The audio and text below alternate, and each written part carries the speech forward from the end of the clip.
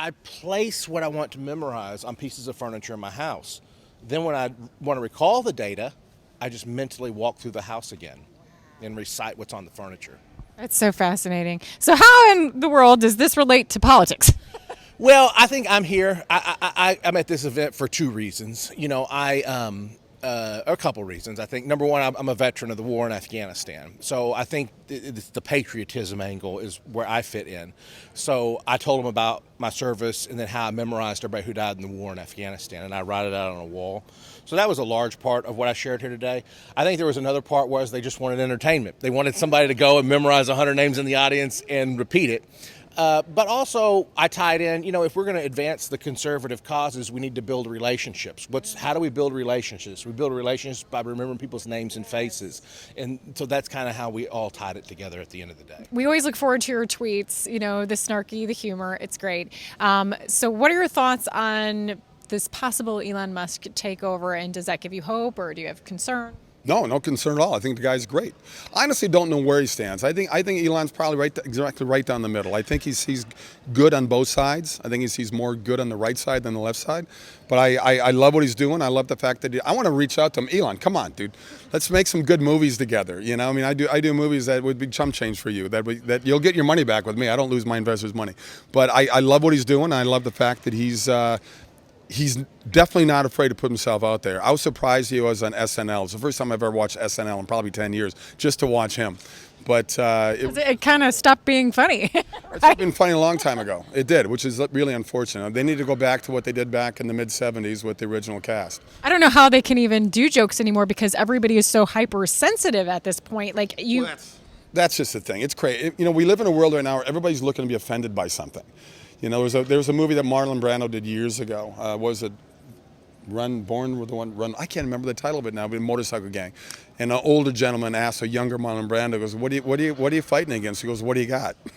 So it was just looking for anything to battle, and it's just ridiculous. No, because you love the law and the rule of law. What is it like to see so many people flooding across our borders, and now we have a baby formula shortage, and that formula is being shipped to the border? What gives? Well, it's frustrating. It's frustrating to watch because we see the border crisis firsthand. And my message to Americans is this is not an Arizona problem. This isn't a Texas problem. This is an America problem. What happens in our backyards today will be in your front yards tomorrow. And that includes the humans that are being trafficked in here by the cartels and the drugs like methamphetamine and fentanyl that are being trafficked in. If we don't stop it, this will bring America to its knees. The fentanyl alone is just so dangerous. And so I would hope that Americans would see the importance of protecting our borders because our government certainly doesn't. They want to protect Ukraine's borders and send money over there. And it's such a slap in the face to not only us in law enforcement, but frankly to all the American people that they're not committed to protecting our borders while this trafficking of humans and drugs continues to be pervasive along there. Okay, last question. I'm a former traditional news anchor who went independent because I didn't think things were reported fair and I thought important things were ignored. Right now, at the end of this month, they are looking at doing a World Health Organization treaty that would essentially give away our sovereignty. Do you think that there's other people in the military or in law enforcement that will not stand by and watch this happen? Meanwhile, the news isn't even talking about it? Yeah, first off, kudos to you for being a true journalist and getting out and wanting to say the truth. I do believe that there's sheriffs and law enforcement officials across this country, military, who will stand up for what is right. We're seeing it more and more every day, and I hope that I give other sheriffs courage to stand up for what is right and to stand up for the people. In the end, the sheriffs will be the last line of defense for freedom, for this country, for the Constitution, because they can do whatever they want in the WHO. But in my county, we're going to do it. We're going to follow the Constitution. That's what matters. The liberal agenda is trying to destroy the Christian faith by outlawing our presence in public. They're pushing the other faiths. They're okay with, if a Muslim speaks out against abortion, people say that's their right to do it. If a Buddhist speaks out against abortion, that's their right to do it. If a Christian speaks out against abortion, they scream separation between church and state, because it's a lie built up by the liberal agenda. When Thomas Jefferson said that, he did not say that. He was responding to a question that was sent to him in a letter.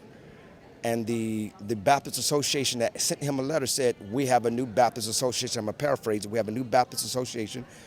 Will the state get involved with our association? Will it affect what we're doing?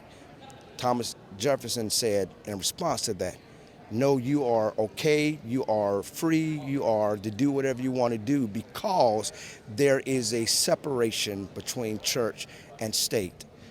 That's exactly how it was initially created, but then it was misinterpreted years later. My point is, the founding fathers never intended for the church to be silent by the state.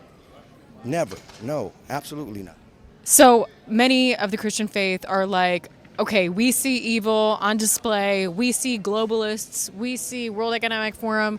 We see them taking up. This seems like the last days. So how much can we fight against this if this is something that God has allowed and these are indeed the last days? Well, ask that question to Noah, right? When God told him that it was going to rain, Noah did everything he could to go out and trying to save as many people. They didn't believe him. He said that it's going to rain. They thought he was crazy. He said the doors are going to shut, and when they did, they're not going to open. Get on the boat, get on the boat. Nobody listened.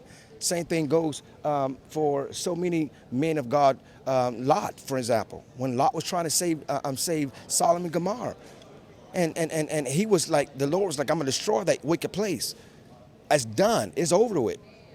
But Lot begged, can I go and find people? And so he tried to go out and find as many people as possible. And ultimately, he was only able to find few. Even his own wife, at the very end, turned back and looked at the city and turned it to salt. And so my point is, even though we know Revelation is going to come to pass, your children, your grandchildren's lives are still at stake. We need to save as many people to Jesus Christ before that time comes. Ultimately, in the end, we still win because Jesus comes back with all power in his hand. And the Bible says that the government shall rest on his shoulders. So it is our obligation right now, your obligation, to be a voice to the people, to make sure that we tell the truth right where we are, right in the thick of it. Don't be just a light bulb in a room full of lights. No, go be a light in a room full of no lights.